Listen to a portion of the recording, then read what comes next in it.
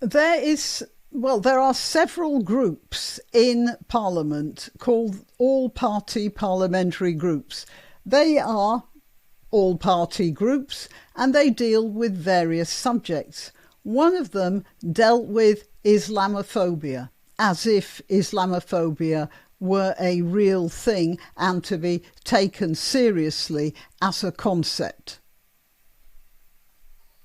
In accordance with that, the Labour Party has developed its own Islamophobia policy, and it is no doubt going to be that policy which will be brought into the law that the Labour Party intend to enact, to do with outlawing, criticising Islam in various ways. As the Free Speech Union has it, a blasphemy law by the back door. I'm Granniopteryx. I'm on YouTube, Rumble, BitChute and Minds.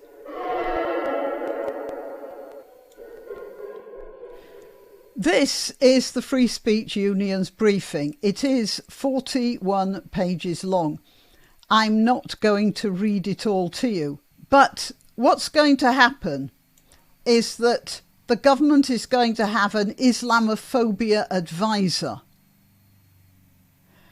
And they have defined Islamophobia as a concept. It calls on the government not to adopt a formal definition of Islamophobia and on political parties, local authorities and other groups to abandon the proposed APPG definition, the all-party parliamentary group.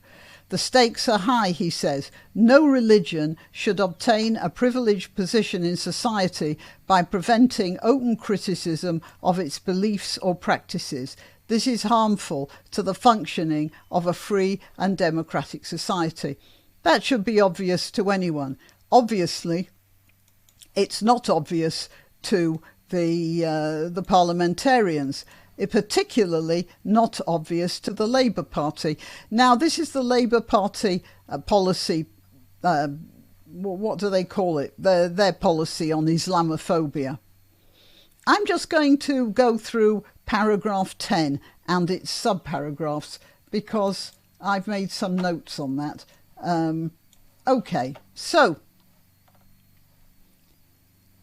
in all cases, whether conduct is discriminatory must be assessed according to particular context. All right, so A, inciting by word or deed hatred or violence against Muslims. Look, there should be a law against inciting hatred against anyone. So I don't know why Muslims are particularly picked out here. Engaging in derogatory or dehumanising stereotypes about Muslims. Well, I've noticed that people use derogatory or dehumanising stereotypes about, well, white people. The word gammon as applied to white working class men, for instance. Gammon is a pig, so it's not only dehumanising, it is derogatory. But nobody mentions that as something that should be against the law. Hang on, where's this mark? Oh, yeah. And then at the end, you shouldn't suggest that Muslims have a propensity for violence or are incapable of living peacefully in a democratic society. So I just thought I'd have a look at this. This is statistics on the prison population of Britain. And here we have 39,068 people in prison who describe themselves as Christian. There are 15,909 who describe themselves as Muslim. The Christian prisoners here are 44% of the prison population. The Muslims are 18% of the prison population. Muslims are 5% of the British population. So you might wonder why people who describe themselves as Muslims have such a disproportionately high number in British prisons. And you may reach the conclusion that Muslims have a propensity for violence or are incapable of living peacefully in a democratic society. You know, that thought might just sort of drift through your mind. But of course I can't say that. Soon that will be an imprisonable offence, won't it? It'll be against the law. Suggesting that Muslims individually or as a group in British society pose a threat to British or European society, civilization or values, for example, by claiming that Muslims are a demographic threat to British people, by claiming that Muslims are taking over British society or civic or political institutions through their presence in the same, by catastrophising immigration from Muslim majority countries, as has been said, may not be said so often in future, that when you have large groups of people from a Muslim culture, which is not a native British culture, pouring into the country legally and illegally, you are going to get friction. And you are going to get, as I've said before, not just Muslims, but probably the most sharp-elbowed of Muslims, the psychopaths, the people who are willing to push other people out of the boat so that they get a place in the boat. You're not even getting the nicest Muslims in from the illegals.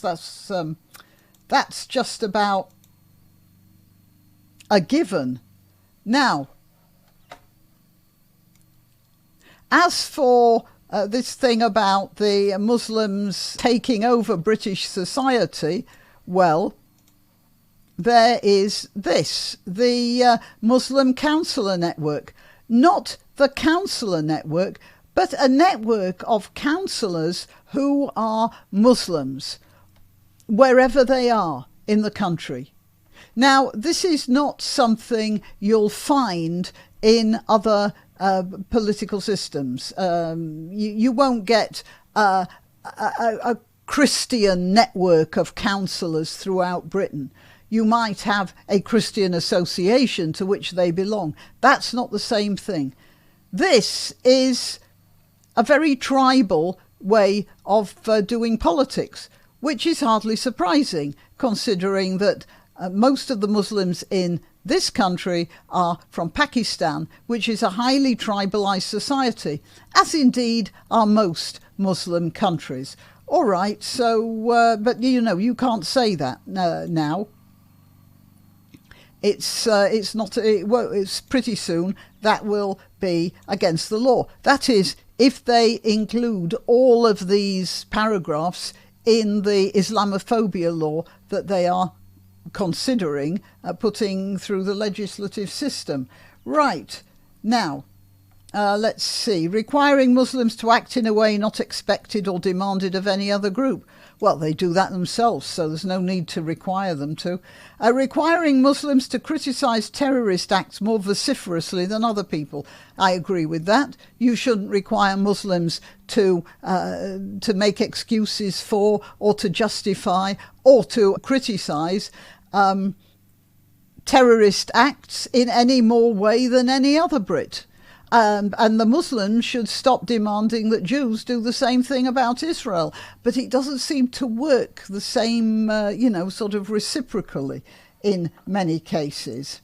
Using slurs or grossly offensive imagery about Muslims. What is grossly offensive? I mean, if there's a Muslim who objects to a cartoon showing a Muslim man wearing a dish dasher, you know, those long sort of nightshirt type things. Oops, should I have said that? Right, then they might take that as grossly offensive and you're in trouble with the law.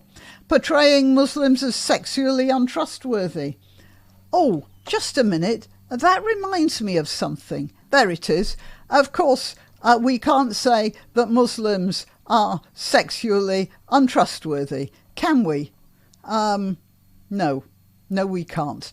All right, so that's another thing that might end up getting people arrested. Or dangerous. Oh, let's go back to that again. Yeah? Could there be a pattern, it says here? right? Or that Muslims or their contemporary religious practices are cruel or violent. So you're not allowed to call Muslims cruel or violent. Hang on, I've got something coming up here. I won't play this, you know, it'll take a while to... Here, I'll move that there, that's better. Sydney, Australia. This man has an Australian accent. Jihad is definitely part of our religion, he says. Allah prefers the mujahideen who fight for his sake over those who sit idle. Well, that means fight for Islam, doesn't it? And fighting, well, it usually involves violence. So, yeah, are you supposed to not mention that? Obviously not. Let's go on to the next one. Mocking or belittling people's personal characteristics that are associated with their national or ethnic identities or origins. Oh, so, you know, jokes about big beards, I suppose. They'll be off the tray. For example, by mocking Muslim names. Oh, so that song, Abdul Bulbul Amir, that, we can't sing that anymore. The Arabic language, so watch out if you want to refer to Alan's snack bar again. Or national, religious or ethnic clothing, so, you know, Prince Philip, if he had made another comment about some guy in a dish dasher looking like he was getting ready for bed, yeah, you can't do that. Oh yeah, here, facial hair or other physical attributes, whatever. So you make any reference to any sort of comedy Muslim. Oh yeah, just a minute. There's a nice, you know, the sand dance. Oh crikey, there were two British music hall comedians. You see the clips on YouTube. They did something called the sand dance. It was like a sort of Egyptian dance. Just a minute, I'm going to find their names. Right, I don't know whether this is going to get me demonetized or something, so I might have to blur it out. But that's the sand dance. Okay. Right, that's that. Now, that was Wilson, Keppel and Betty, by the way. Yeah. Okay, what's the next bit? Objecting to the presence of mosques or Quranic scripture because of their association with Islam or Muslims is very likely to be considered prejudicial, they say.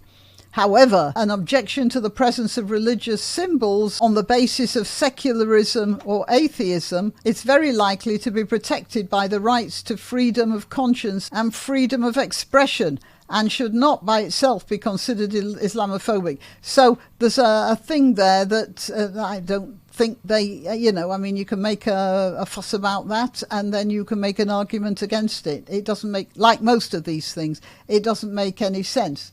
It says here, making irrelevant references to the protected characteristics of being Muslim. So you see, being Muslim is a protected characteristic. Being Jewish, being Hindu, being Sikh, being Jain, no, but Muslim, yes. Accusing Muslims of being a fifth column or lying or acting in stealth, right, and or implying a Muslim or Muslims in general are inherently anti-Semitic, homophobic or misogynistic. Right, let's have a look at a couple of things here. We were talking about fifth columns, weren't we? Well, this man was just elected as a councillor in a part of, well, somewhere near Leeds called Hare Hills. That's the Palestinian flag, by the way, being waved behind a British candidate for a British election. But he's not a fifth column, of course.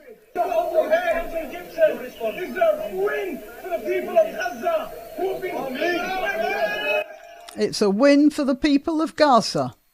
We will not be silent. We will raise the voice of Gaza. We will raise the voice of Palestine. Not a fifth column at all.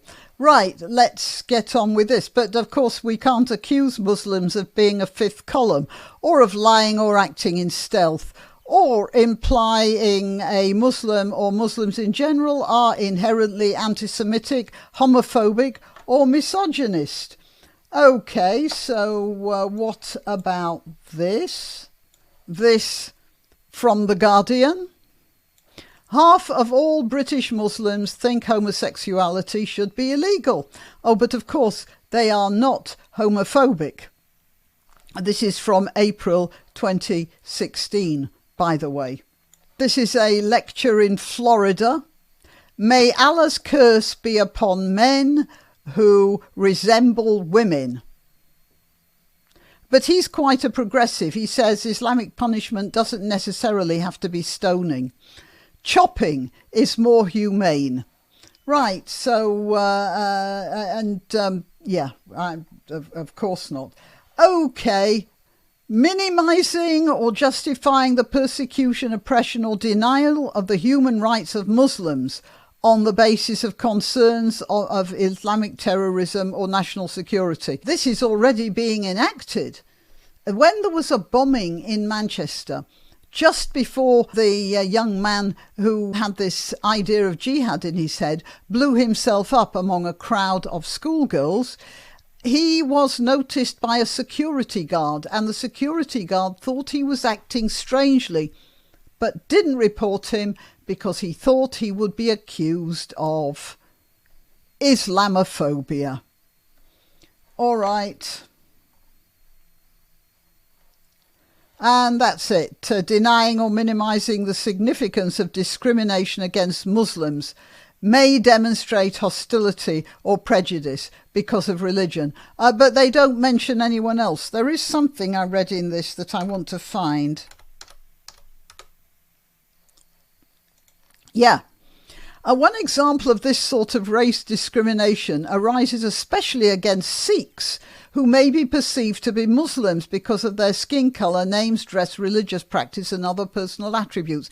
So while this policy on Islamophobia is being followed by the Labour Party, they are upset about discrimination about Sikhs, not because it's discrimination about Sikhs, but because the Sikhs are being perceived as Muslims.